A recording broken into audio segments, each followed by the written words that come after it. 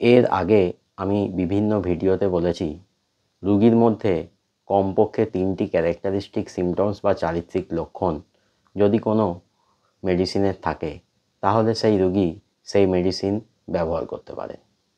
কিন্তু আজকে আমি এমন একটা হোমিওপ্যাথিক মেডিসিনের কথা বলবো যার প্রধান 1টি বা 2টি ক্যারেক্টারিস্টিক সিমটমস যদি রোগীর মধ্যে পাওয়া যায় তাহলে সেই রোগী সেই মেডিসিনটা তার যে কোনো সমস্যার জন্য ইউজ করতেই পারেন। সেই হোমিওপ্যাথিক মেডিসিনটা হলো ইপিকাকুহানা বা ইপিকাক। এই ইপিকাক প্রধানত বমির ওষুধ হিসাবে ব্যবহার হয়।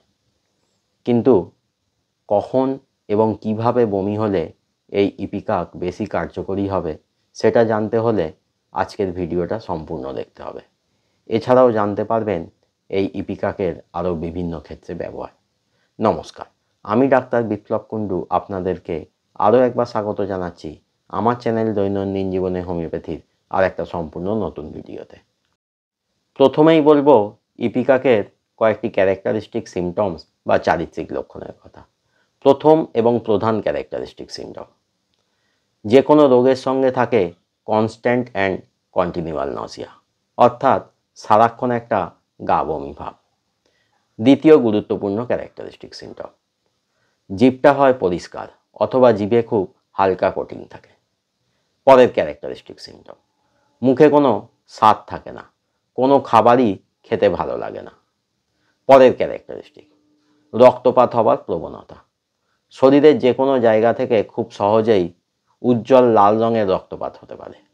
পরের ক্যারেক্টারিস্টিক, কষ্টগুলো মাঝে মাঝে হয়, একটানা হয়ে চলে না, যেমন বমি হওয়া, কাশি, দুর্বলতা, রক্তপাত ইত্যাদি।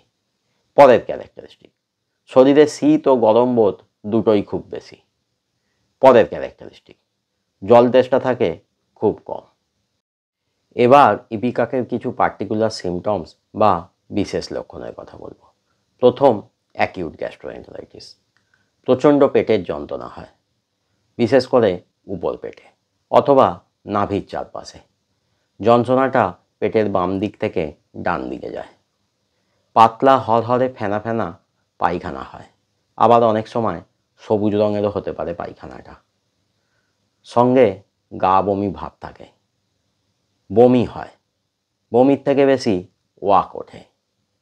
জিভটা যদি পরিষ্কার হয় তাহলে খেতে হবে ইপিকাক 4টি ডোজ 3 ঘন্টা ছাড়া 1 ফোঁটা করে।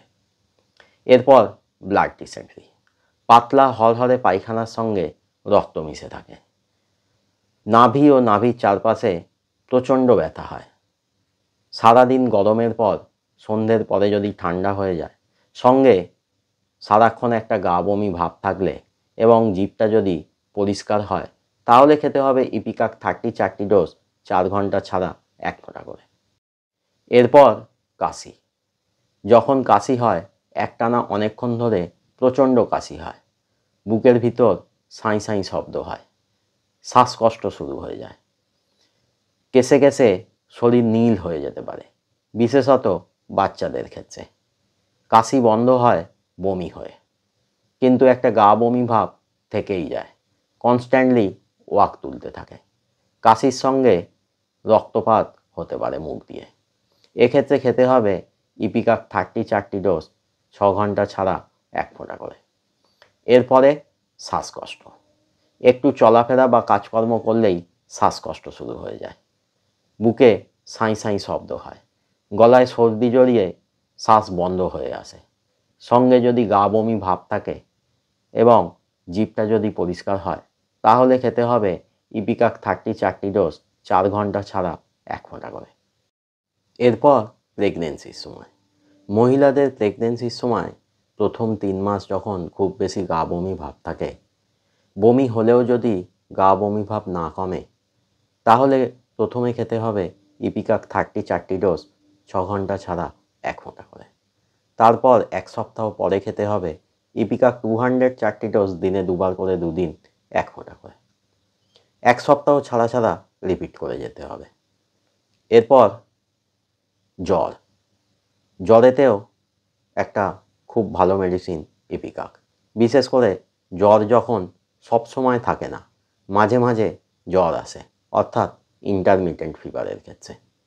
এর সঙ্গে যদি গা বমি ভাব থাকে এবং জিভটা যদি ক্লিন হয় তাহলে খেতে হবে ইপিকাক 30 ডোজ 6 ঘন্টা ছাড়া 1 ফোঁটা করে।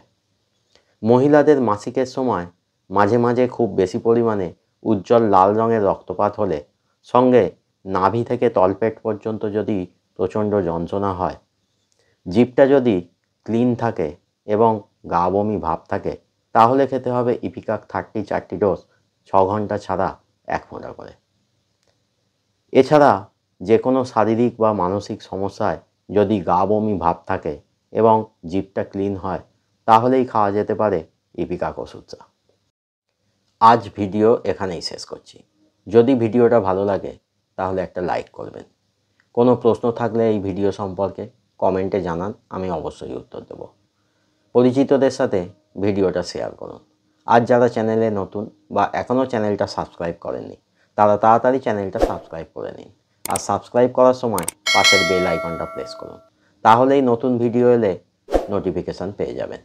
সঙ্গে থাকবেন, ভালো থাকবেন, হোমিওপ্যাথির মাধ্যমে সুস্থ থাকবেন।